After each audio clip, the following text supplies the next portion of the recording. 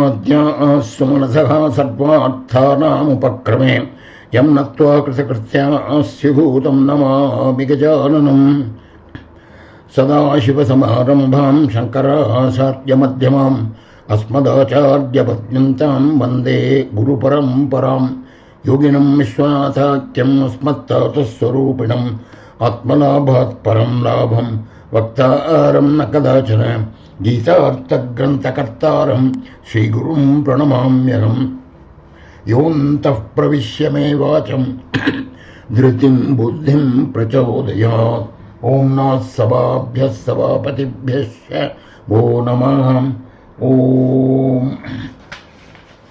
Friends, we are going to be doing Gita Regimen for Advaitic Living, session number 38. We shall be covering shlokas 33 to 43 of the 6th chapter. Actually, Krishna has been talking at a very high strain, high level about the destination of yoga, about the Jivan Muktitvam, and very profound statements about that enhanced, enlightened state. Arjuna helps us by intercepting with a legitimate question. Poser. Yoyam yogastvaya proktah samyena madhusudana yatasyaham na pashyami chanchalatvat sthitim sthiram. Krishna, I don't get it, he says. You have spoken about the yoga of equanimity. Yoga tvaya proktah samyena ya yoga. Whatever yoga you have spoken, yoga of equanimity that you have spoken so far, etasya aham na pashyami, I do not see it. Chanchalatvat sthitim sthiram, because of the fickleness of my mind, I am not able to see the truth of your statement. Maybe because of my fickle and unsteady mind. How does the unsteadiness of mind arise? Unsteadiness of mind is mostly due to prarabdha karma. This chanchala, very, very powerful word, chanchala, it denotes both fickleness and unsteadiness. It is very powerful, says Arjuna. Chanchalatvat. Because of fickleness, thoughts keep up jumping down from one thought to another. Because of unsteadiness, one goes, thoughts easily change from one thought to a contrary thought. So I am not able to see it. Can you? And he continues, Yoyam yogastvaya proktaham samyena madhusudanam etasya aham na pashyami etasya sthitim sthiram. This truth of that, this thing, I am not able to see. Chanchalam himana Krishna. Arjuna speaks for all of us. Chanchalam himana Krishna pramaati balavadhridam tasyaham nigraham manye vayoriva sudushkaram. Number 34. Chanchalam, it pulls me, this fickleness pulls me very heavily. It is dridam, very tough. It is invincible. Vayoriva sudushkaram, like a blowing wind. Probably it is invincible. Pramathi means turbulent. Because of turbulence, it has the nature of disturbing the body and organs as the source of disturbance. It is the cause of body and organs being uncontrollable. It is balavati, it is resistant. Beyond the capability of being weaned away from its intended purpose. It is resistant, balavati. Dridam, it is tough, impossible to be destroyed. But you know why? Because we have cultivated, brought a whole reservoir of vasanas, from all our previous janmas. These vasanas have stuck to us. That is the whole point of Hindu philosophy. It is not what we do in this birth alone. We have done many things in all our past lives. Those vasanas have stuck to the mind. The mind as such has not come from previous body to this, but the tendencies of the mind have stuck to the subtle mind which has travelled along with the jiva to this birth. So it is entwined with thousands of vasanas. That is why it is hard to cut like a shark. Dridam means, you see, pramati balavat dridam. Dridam means tough. Because it is tough, it is balavat, it is resistant. Because it is resistant, it is turbulent, pramati.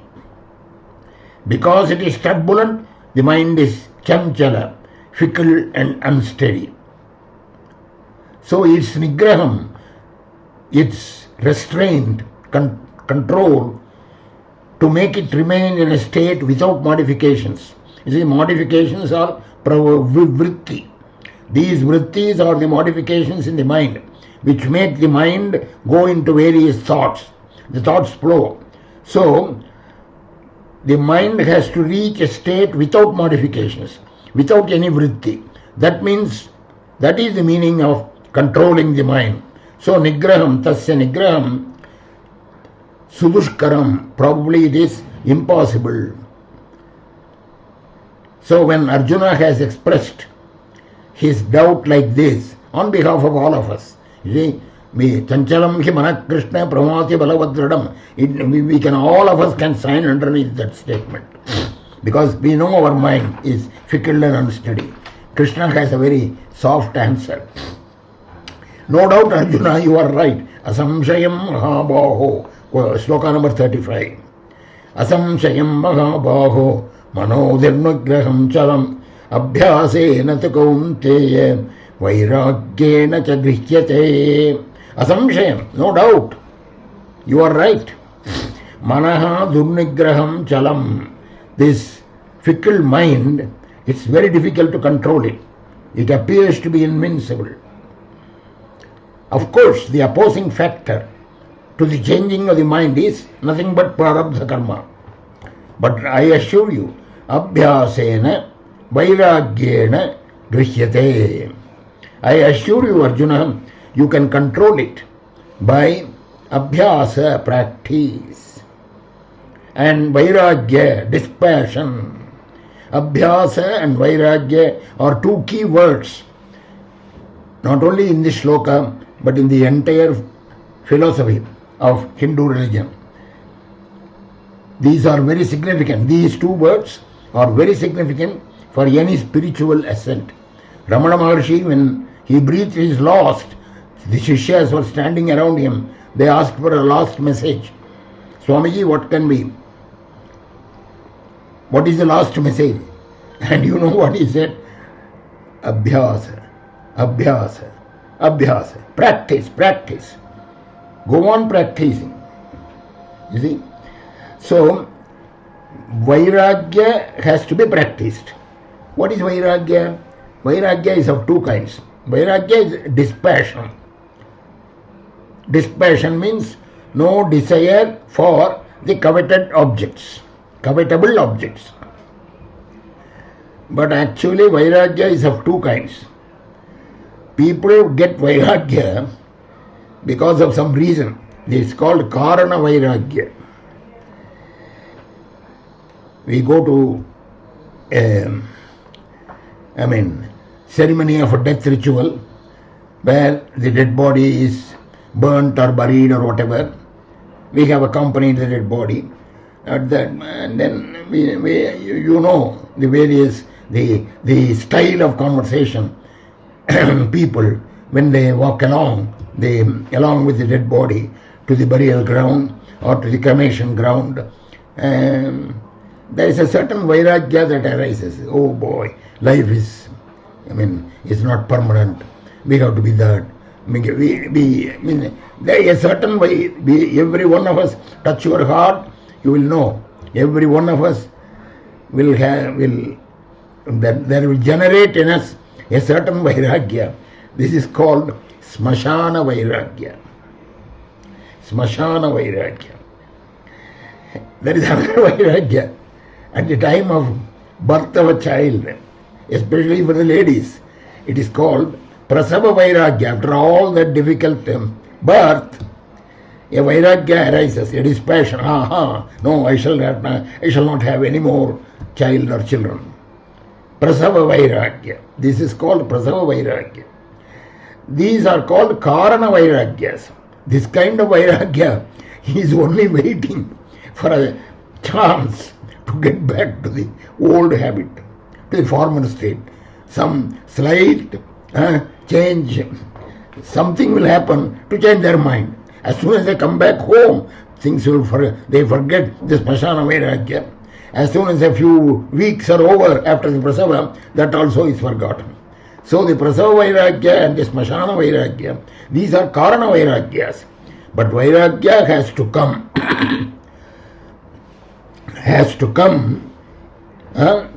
viveka purva vairagya. On account of discrimination, viveka, discrimination between the real and the unreal, between the permanent and the ephemeral, between what is permanent and what is unreal. So that is the vairagya that is necessary. In fact, Shankara gives a beautiful definition of vairagya. Vairagyam nama drishtadrishta ishtabhogeshu doshadarshanabhyasat vaitrishyam. Drishtadrishta ishtabhogeshu, seen and unseen, drishta adrishta, ishtabhogeshu, you mean you covetable, you want something pleasant experiences, covetable experiences. In that one should see the fault and practice seeing that fault. Dosha darshana abhyasa. What is the fault? They are impermanent. Jatasya hi dhruvo mrityu, like that. Everything. Agamapayi, they come and go. This thing has to be seen. So, freedom from craving, that is Vaitrishnya, driving out the desire from covetable experiences in the spheres of the seen and the unseen. Drishta, adrishta, ishta, bhogeshu. How do we see that? Through the practice of discovering flaws. Dosha darshana abhyasat. Vitrishna is ardent desire for covetable experiences, wanted experiences. Vitrishna. Vaitrishna is quenching that desire. So the perishable nature of things, agamapayi, everything comes and goes. It will be there today, tomorrow it will not be there. Perishable nature of things should create a disgust in the mind. We eat something which we very eagerly desire, but then what happens once it passes down the throat? The taste remains for some few minutes perhaps, sometimes few hours, and then it is gone. So the mind should recede or withdraw from the desired object. This process is nothing but a reorientation of the mind, knowing fully well that the finite can never satisfy the infinite within us. The finite can never satisfy the infinite within us.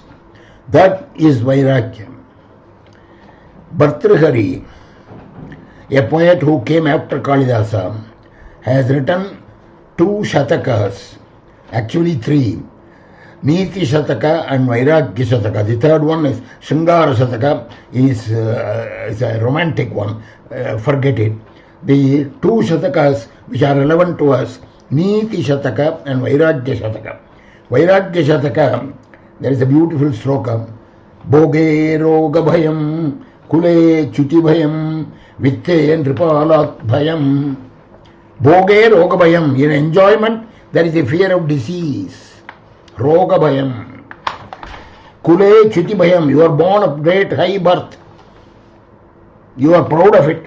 But you may fall the fear of losing that, losing caste or that high birth. Right?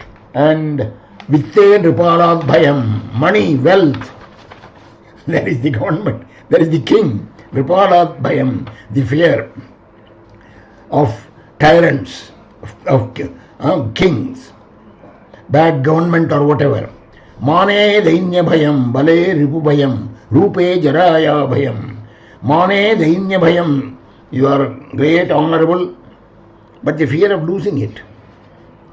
Bale ripu bhayam, you have great strength, but there could be enemies, the fear of enemies. Rupe jaraya bhayam, you are great, charming, beautiful, handsome, you have got tremendous beauty, the fear of old age.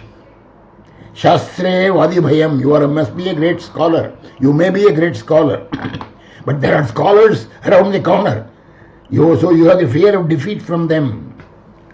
Gune khalabhayam, Shastre vadi bhayam, Gune khalabhayam, you are greatly virtuous. But the fear of scandal is always there. Virtuous people are greatly tested by, there are people who can test your virtue. Kaye kritantat bhayam, good body. You are proud of the body, but the fear of death. Kritantat bhayam, sarvam vastu bhayam vitam.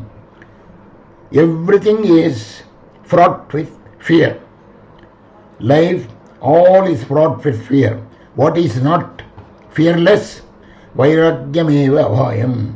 Renunciation, dispassion, that is the alone is fearless. A beautiful sloka from Bhartrihari. Bhoger vogabhayam kude chujibhayam, etc. In religions native to the Indian soil, this vairagya is even carried to very high extreme. Look at this sloka from Bhagavatam. When there is earth to lie upon, why trouble about bed? Satyam chitau kim kashipo prayasaye. When you can lie on the earth, ground, why bed? See, the vairagya goes to the extreme here. When one's arm is readily available, why you need pillows? Bahau swasiddhe apabarhanai kim satyanjala kim purudhan apatya. When there is palm of one's hand, why seek plates and utensils? You can eat from your hand. Digval kalado satikim dukolai. When there is the atmosphere, the bark of trees, etc., what need is there for silk or dress? So, this is the extreme vairagya for a sannyasi, of course. How does one develop as a householder, as an ordinary person? How does one develop vairagya? Because abhyasena cha kaunteya vairagyena cha grishyate. Krishna has said it as a formula. This is the only thing that will help you do that. So, what are the practices for the development of vairagya? Mind should constantly dwell on the reasons, on its own working. Janma mrityu jara vyadi dukkha dosha anudarshanam. It's a line from the Gita in the 13th chapter. Janma mrityu jara vyadi. Janma, birth, mrityu, death, jara, old age, vyadhi, disease. In all these things there is a dukkha. In these dukkha, what is the dosha there? It is an agamapaji. It will certainly come and go. Dukkha dosha anudarshanam. This is what Gautama Siddhartha did. He is the one person who did exactly this one, Janma Mrityu Jara Vyadhi Dukkha Dosha Anudarshanam, and he got his supreme Vairagya. So the ephemeral nature of the world, one should dwell on the non-dual nature of the one absolute reality. We should listen to the indescribable glories and virtues of the Lord, His truth and love of God. From whom? From the lips of qualified souls.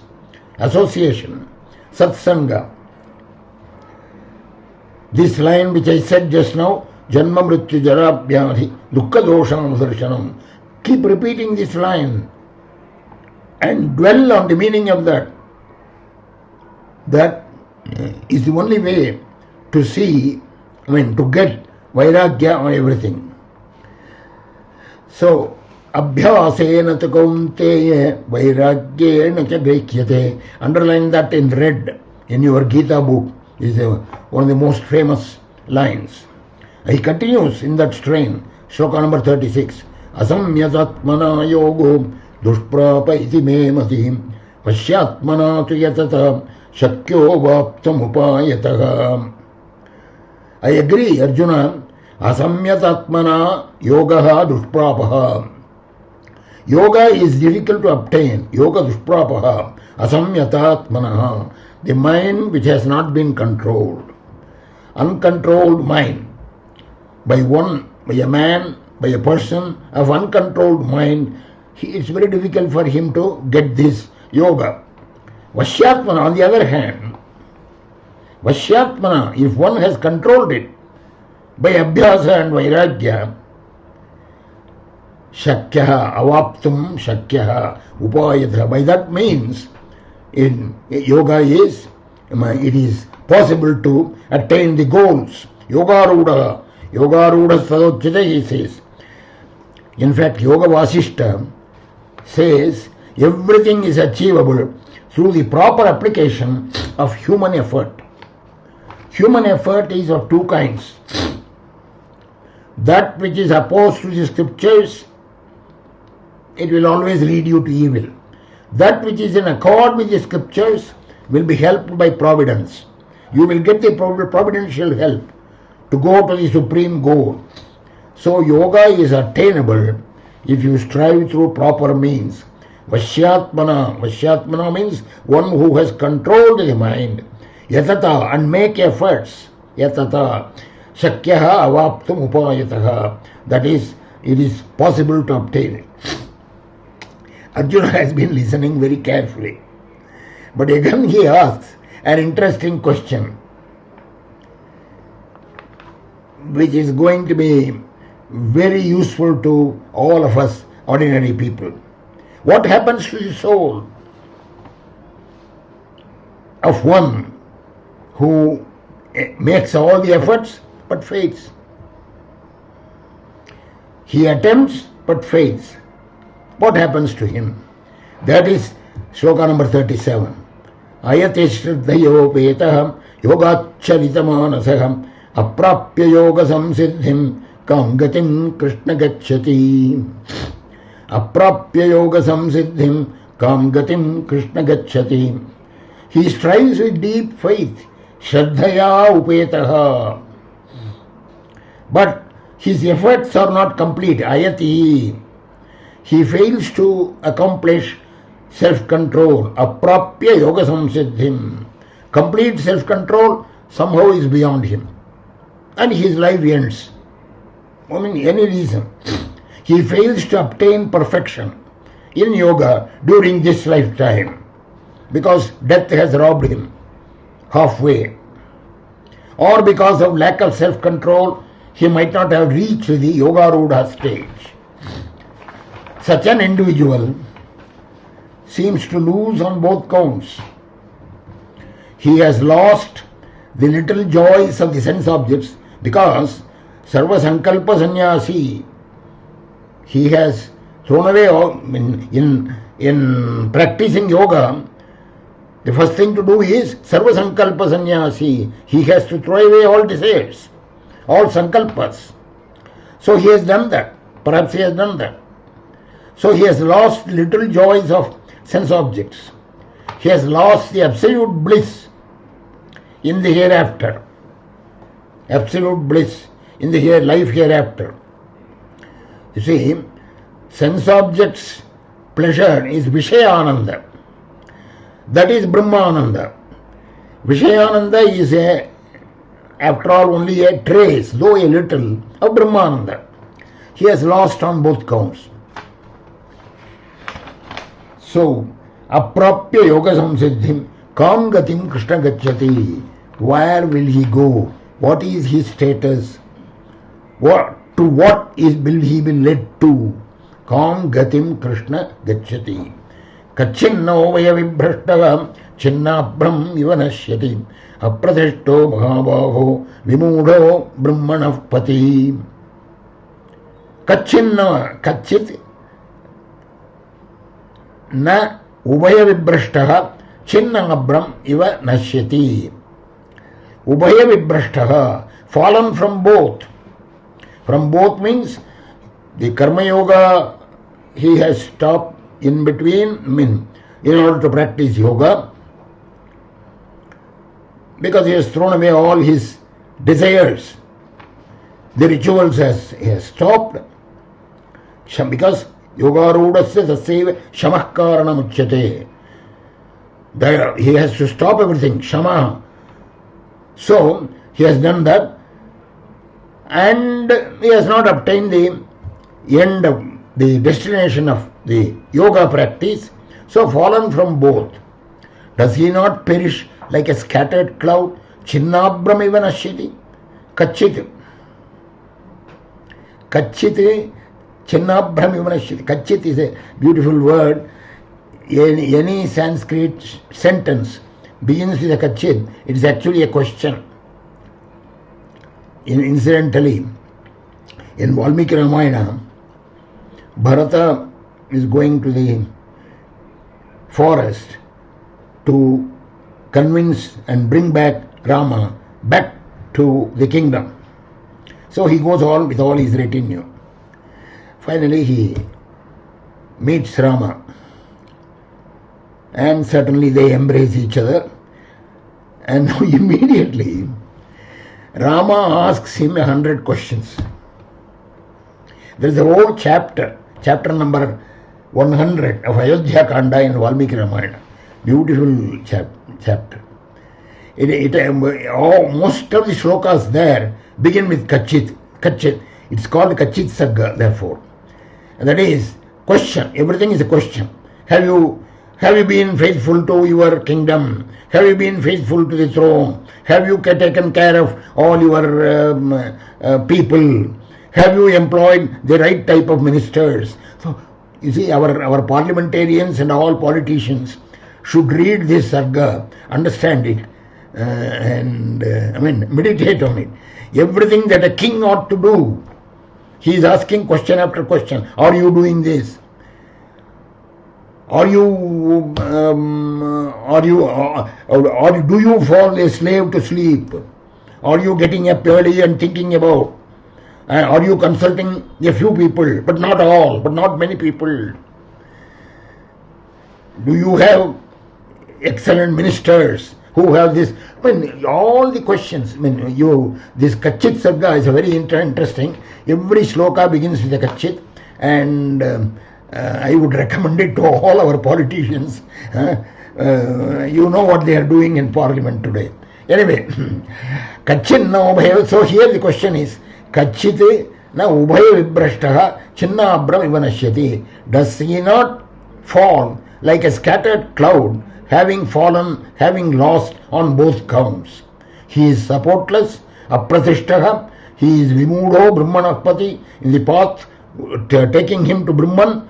He is confused, bewildered, vimudaha. Kachinna ubhaya vibrashtaha chinna abram, scattered cloud. So what happens to those persons who have not succeeded in the extremely difficult path of yoga to its very end? That is the question. This is my samshaya. This is my doubt, O Krishna. Etan me samshayam Krishna. Next sloka, 39. Look at the beautiful conversational style that goes on. You can see the drama enacted before you right there, just like that. That is the way Gita has been written. That is why Gita is great. Etam me samshayam Krishna. This is my doubt, O Krishna. Chettum arhas. You have to clear this doubt. There is nobody else who can do this. Twadanya samshayasya asya. Twate anyaha samshayasya asya chetta. There is none else who can clear this doubt. Cheta nahi upapadyate. Please dispel completely this my doubt without leaving any residue. There is none else than yourself who can destroy this doubt. This is the most common question that arises in all our minds. We strive hard, we pray, we do the rituals, we do this, we do that, we practice yoga, but somehow we are not getting the results. That is our feeling. Every one of us, most of us, 99% of us feel like this. What is wrong? What is wrong? Parthanaiveha, Krishna's answer. Beautiful answer. Is the most famous answer that is unique to Hinduism. Parthanaiveha vinashastasya vidyate nahi kalyana krit kaschite durgatim tata gacchati. Na eva iha na amutra. Neither here in this world nor in the other world, amutra. Vinashaha tasya vidyate.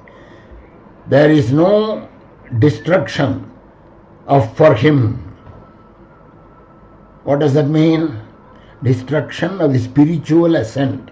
He is going on a spiritual ascent. He has already made a certain level of spiritual ascent. That will not be destroyed. That's the meaning. It is no use, weeping over and saying, oh God, I have been doing all this, but I have not got anything. I have lost this money, I have lost that property, I have lost this kind of kith and kin. One goes on saying all these things.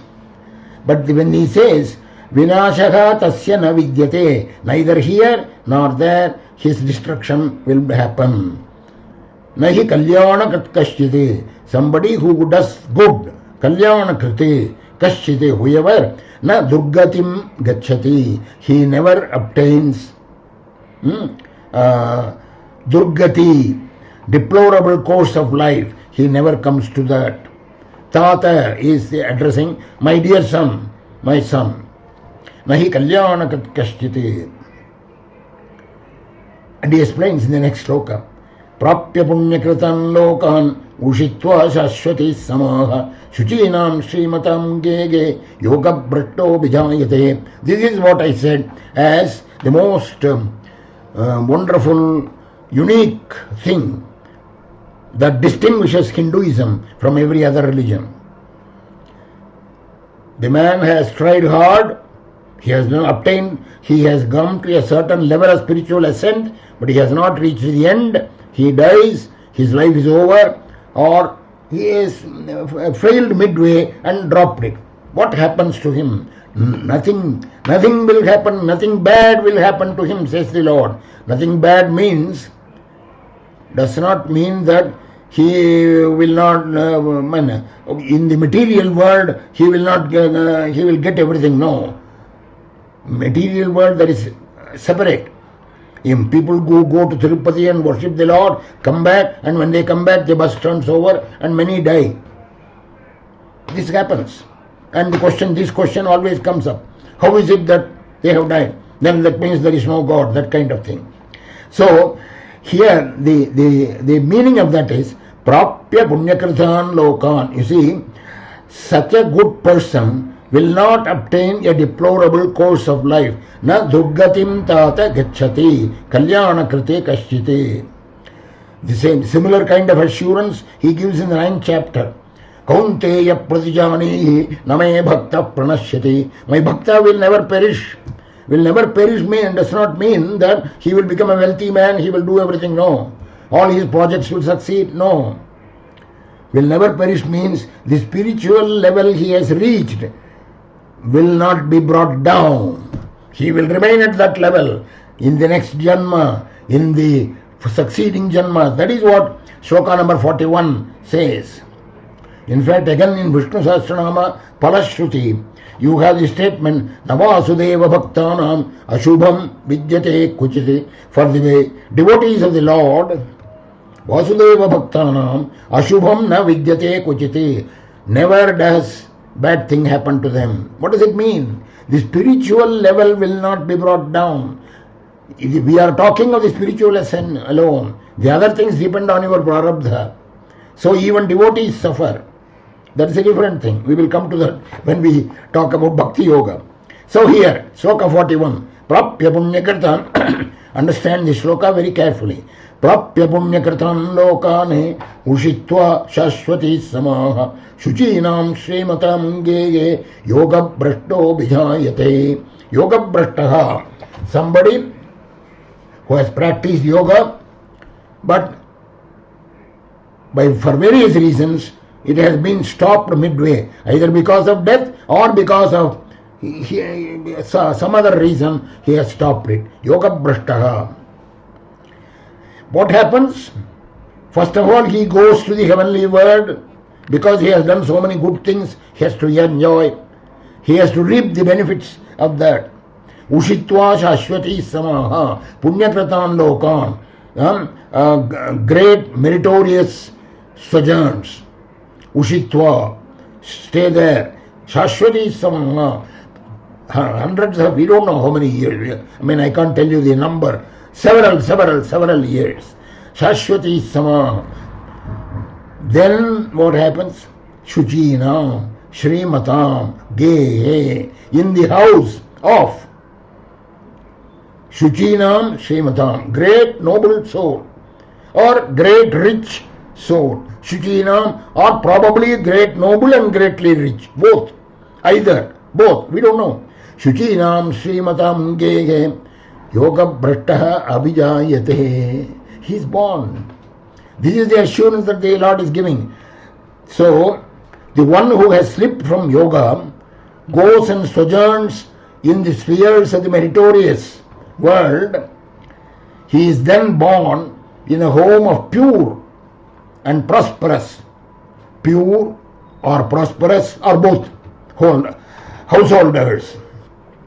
They will be conforming to Vedic ordinances and they will also be rich in resources. This is a fundamental assumption of the Hindu religion. It has been built so much in our culture. You can see it even in the movies. Between the lovers, when there is a quarrel or something for several births, I will not do this or I will do this. Whatever birth happens, I will be your companion. This kind of statement comes there.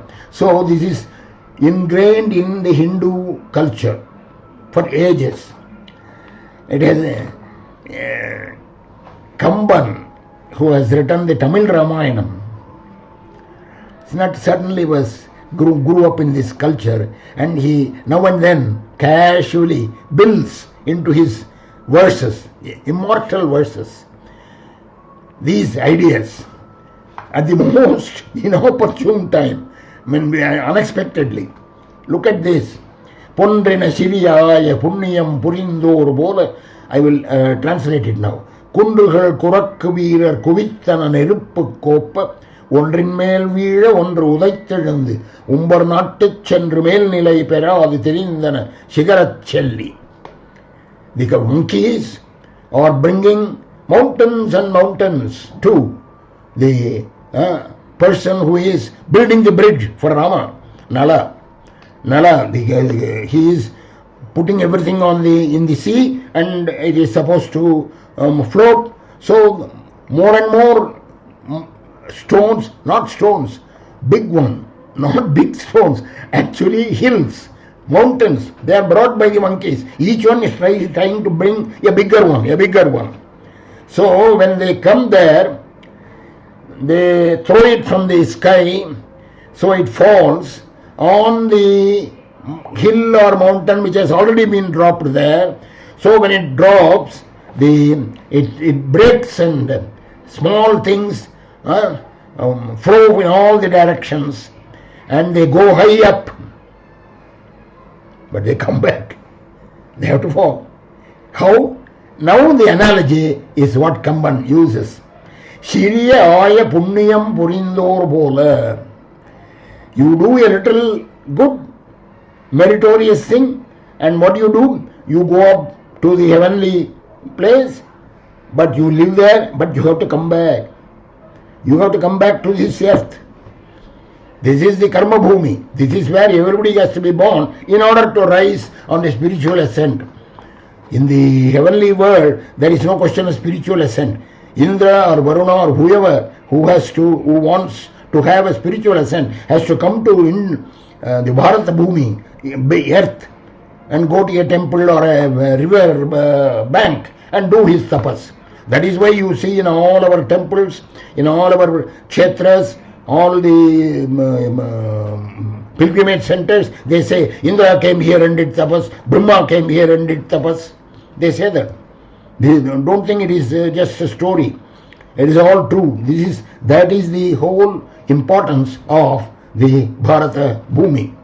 So then, like that, these stones which fly from the impact of another hill there, when the monkeys bring the stones or hills or mountains, they go up the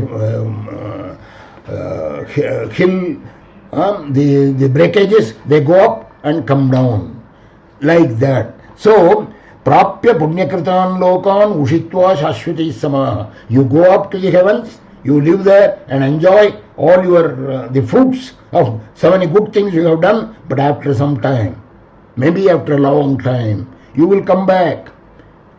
Right? That is what so you will come back. And when you come back, you are born in Shuchinam Srimatam Gehe. Who? Yoga Brashtaha. Asava. Or, you said just now, he is born in a noble family or a rich family. Athava. Or, he may be born in a lineage of very great yogis. Athava yoginam eva kule bhavati dhimatam. Shloka 42. Athava yoginam eva kule bhavati dhimatam. So dhimatam, wise yogis, in his lineage, one is born. Do you think is there anything greater than this? Etaddi durlabhataram loke janma yadidrisham. Is there durlabhataram, rarer than this? Etaddi durlabhataram, rarer than this. Loke, is there anything there? No. He may be born in the family of a wise yogi. Indeed, such a birth is rare to obtain in this world. In fact, I feel it every time I think of my father. My father was a great yogi, certainly, and I have been born as the son, but I don't think I have made full use of it, because you see, still I am in the yoga practice stage only, not in the yoga rudha stage. So such a birth is rare to obtain in this world. Athava ayoginameva kule bhavati dhimatam etad durlabhataram loke janma yadidrisham. And what happens there? Tatratam, this is the important thing. Tatratam samuddhi samyogam labhate paurvadaihikam. There means in both kinds of births. He might have been born in a noble family or a rich family, or he might have been born in a yogi's family. Even in both kinds of births, he recovers the mental state of union with the Absolute.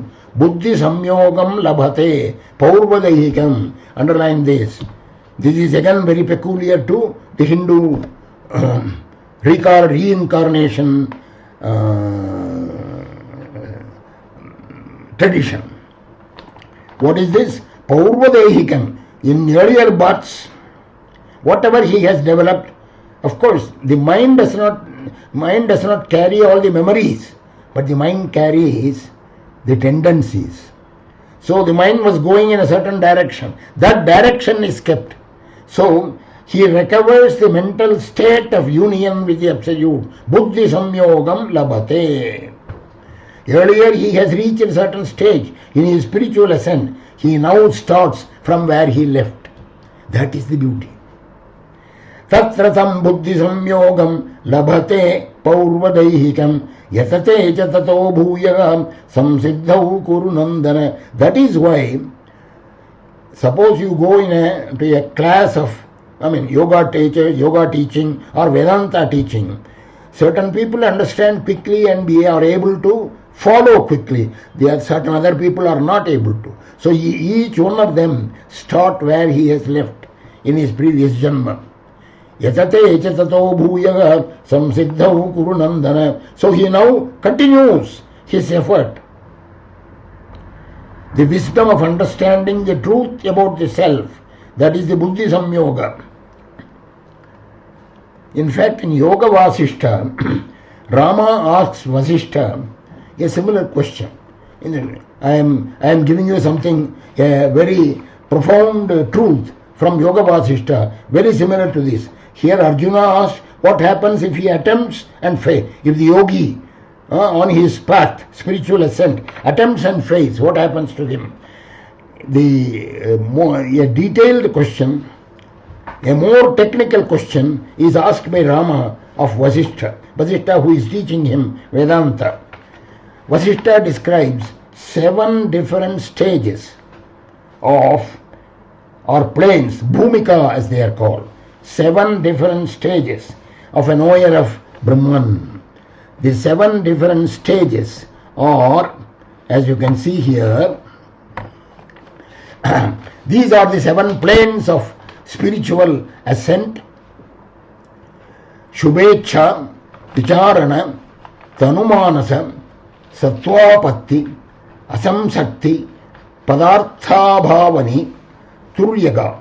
Shubhecha is good resolve. It is preceded by Sadhana Chatushtaya. You know, Viveka, Vairagya, all those things. You see, Iramutrartha, Balabhoga, Viragaha, and Shat Sampat, all those things. So, Shubhecha is the good resolve that comes after the Sadhana Chatushtaya, the 4 requirements of sadhana. Vicharana, deliberation, is the next stage. Shravana and Manana. This is Shravana means hearing. Great people. On Vedanta, of course. And Manana, and thinking about that, churning it in one's mind. Tanumanasa, the mind has to become fine. Fineness of the mind. How does it become? By nididhyasana. Whatever you have arrived at by Shravana and Manana. So these are the 3 preliminary stages of the spiritual ascent of a Brahmajnani. Shubhecha, Vicharana, Tanumanasa. These are called 3 bhumikas. In the 4th stage, one experiences reality, understands the difference, the unity of the self and the universal self. Sattvapatti. And then, of course, the next 3 stages are stages of Jivan Mukta, Asamsakti, so there are no more any relations with anything material. Padartha Bhavani, then the material objects do not even exist for him. Turyaga, now he reached that 4th stage to reaching the Turiya. So, this is the Jivan Mukta stage. The first 3 are called waking stage by the yogis, because the world appears to be separate, as a separate entity.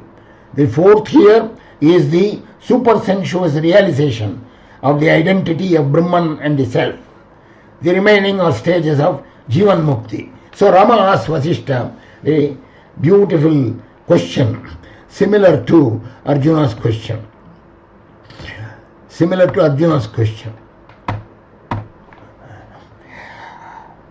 He asks, what happens to one who has ascended to the 3rd plane? what state does he gain? This is exactly Arjuna's question. Arjuna says he has tried hard to go along the yoga path, but if he fails to attain that, what happens to such a person? So Rama's question makes sense because in the first three planes there is Shama, Dama, Titiksha, all those Sadhana Chatushtaya, Shraddha, everything is there. And in the Shravana Manana is there in the second stage, Nididhyasana is there in the third stage, but still the enlightenment is not there. But he has already renounced the rights and duties. So what happens to him? Aprapya yoga samsiddhim, says Arjuna. So Rama asks what happens to him. The same problem, the same answer, that is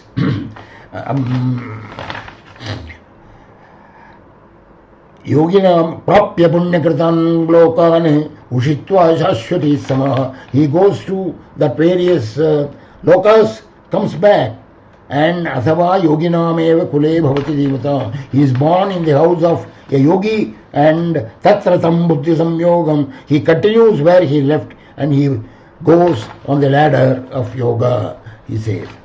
So this interesting conversation is telling us quite a lot. We have to understand this, and we will complete chapter number 6 in our next session.